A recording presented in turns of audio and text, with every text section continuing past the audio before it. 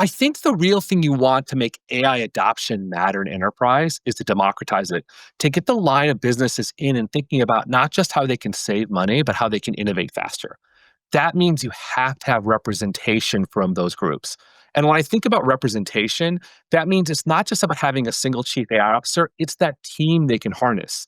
So we encourage them to really build a center of excellence and to have that center of excellence, which doesn't have to be a bunch of people, by the way. It can be a bit virtual.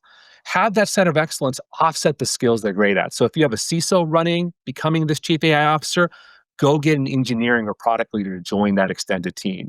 If you have someone who's a former CIO, get some security folks in and think about how you want to show what success looks like. And just to simplify things here, but when you say center of excellence, you're basically talking about a team of executives rather than just one person. Is that the idea? It is. And by the way, executives are important in this, but like AI is super powerful. You really want some doers who can actually use the technology and start to harness the power of it, but also bring people on the journey. Because of course, the knowledge workers are reacting to this and saying, "What's this mean for me? What's this mean for my job?" And so I think this chief AI officer also successful if they're a change agent for the company.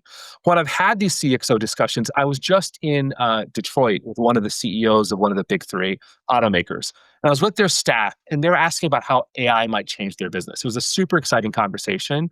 And our conversation all came back to people. When we get people efficiency gains and innovation gains and changes, how does that value come back to the enterprise? What keeps people from just going home an hour early? What does it make it actually bring impact to the business?